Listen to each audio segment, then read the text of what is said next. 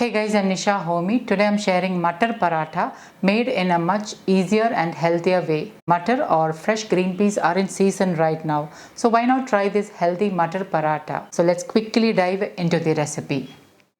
To make Matar Paratha, first I'm making the dough for the paratha, and for that into a bowl I'm adding in 2 cups of kapli wheat flour.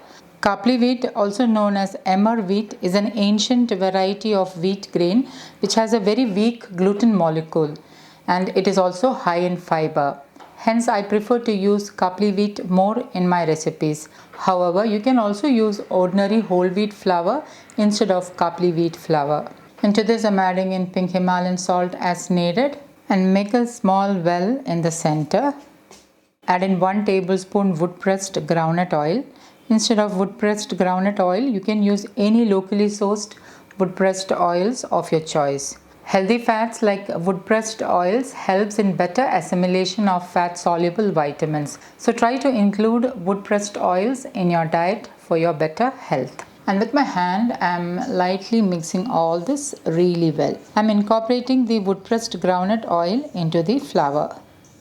This process will help to make the paratha soft. Into this, I'm adding in water little by little. I have already measured 1 cup of water. I'm adding in little by little and I'm kneading it into a soft dough. Add water little by little.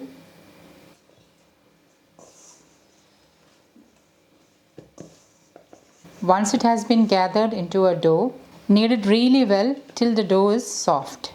Out of the 1 cup of water I have measured, there is 1/4 cup water left. So altogether I used 3/4 cup of water to knead 2 cups of kapli wheat flour. I'm kneading the dough a couple of times on the countertop. I have kneaded it into a soft dough.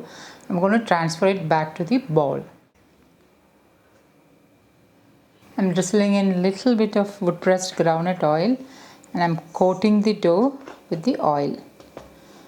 This will prevent the dough from getting dry. And I'm going to cover and allow the dough to rest for about 30 minutes. It's always ideal to rest the dough for at least 30 minutes before making paratha. While the dough is resting, let's make the filling for the paratha. Since fresh peas are in season right now, I'm using fresh peas.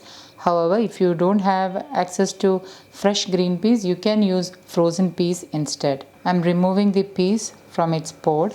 Green peas are a good source of protein. It's also a rich source of iron and rich in essential vitamins and antioxidants like vitamin K, C and folate. It is also rich in manganese and fiber.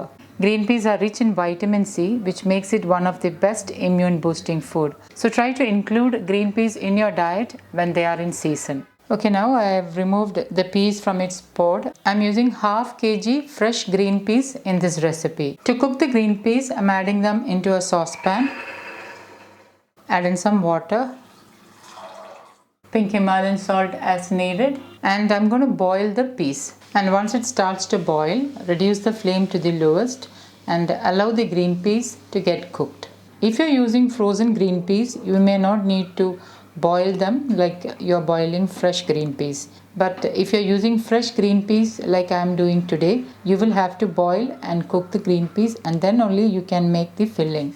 While the green peas are getting cooked, into a bowl, I'm finely chopping in 1 green chilli. Green chilli you can increase or decrease to suit your taste. Make sure you're finely chopping the green chilli.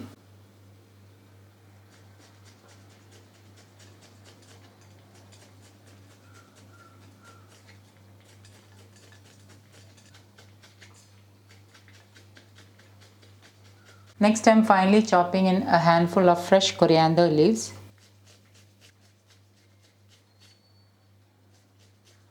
I'm grating in a small piece of ginger.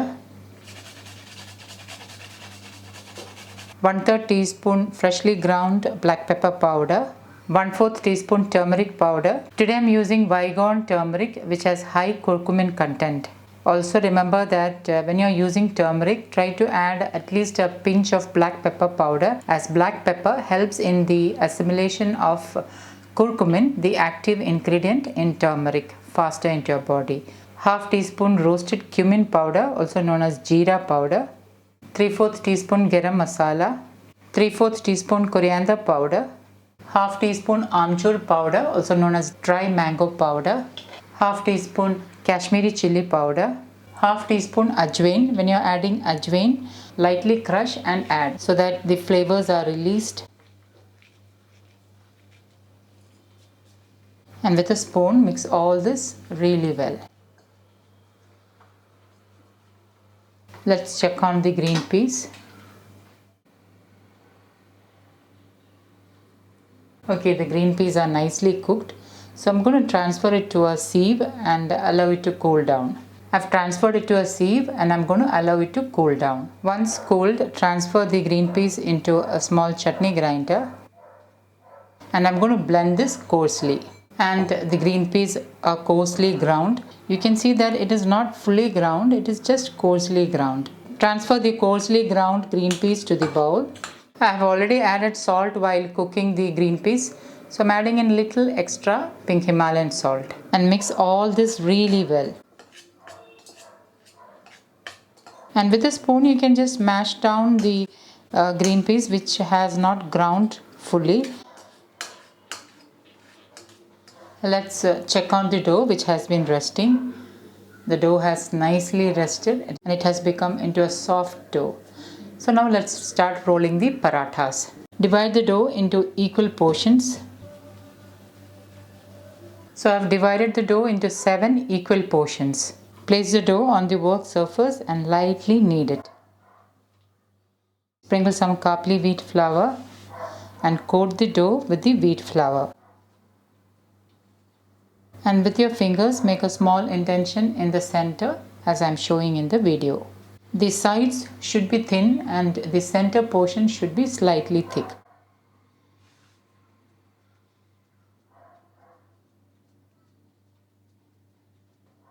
Brush some wood pressed groundnut oil. Place 1 tablespoon filling in the center and close the dough over the filling.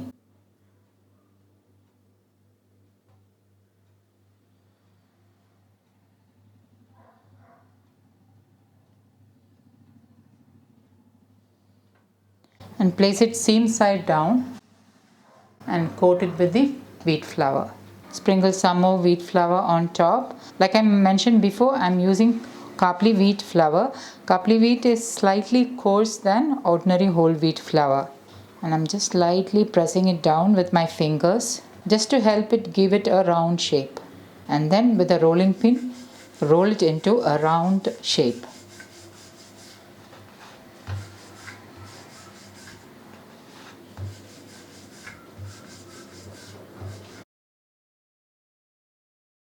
And my paratha is nicely rolled, so I'm just lightly dusting off any excess flour. I have already heated my cast iron tawa.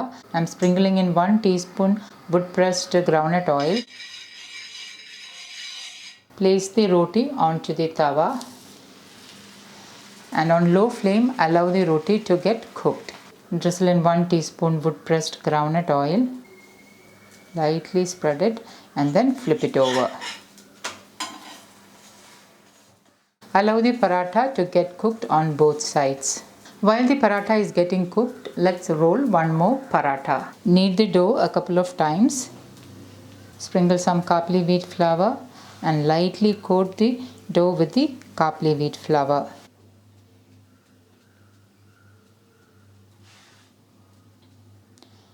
The outer portion should be thin and the inner portion should be thick. Brush some oil, wood pressed groundnut oil. Place 1 tablespoon of the peas filling. Lightly press it down and then close the dough.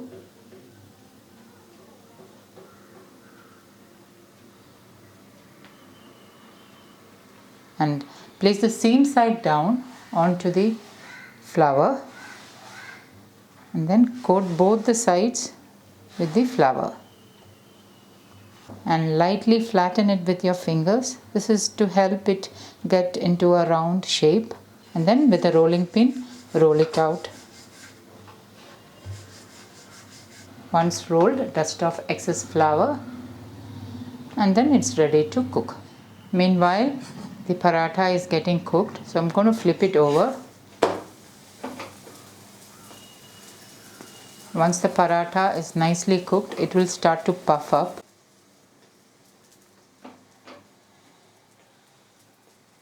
You can use A2 desi ghee in this recipe instead of wood pressed groundnut oil. These days I enjoy using wood pressed groundnut oil, especially when I'm making parathas. If you like the taste of desi ghee, you can use desi ghee instead of wood pressed groundnut oil. Remember that healthy fats like wood pressed oils and desi ghee helps in better assimilation of fat soluble vitamins like vitamin A, K, E and D. You can serve the paratha with homemade pickle. Homemade pickle made in the traditional way is a good source of healthy gut-friendly probiotics. I have already shared an amla pickle made in the traditional way. Please do check it out. You can also enjoy this paratha with vegan homemade curd. I have already shared many vegan curd recipes. Please do check them out.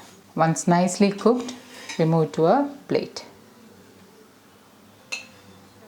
To make the next paratha, sprinkle some wood pressed groundnut oil and then place the paratha over it. Drizzle 1 teaspoon wood pressed groundnut oil on top and lightly spread it out.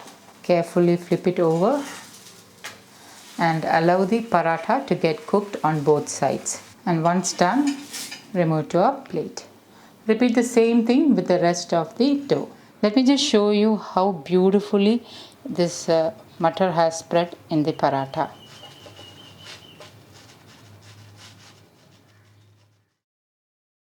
You can see how beautifully and evenly the Matar has spread. So guys, do try this healthy Matar paratha and let me know how it turned out. Thank you for watching and until next time, take care. Bye-bye.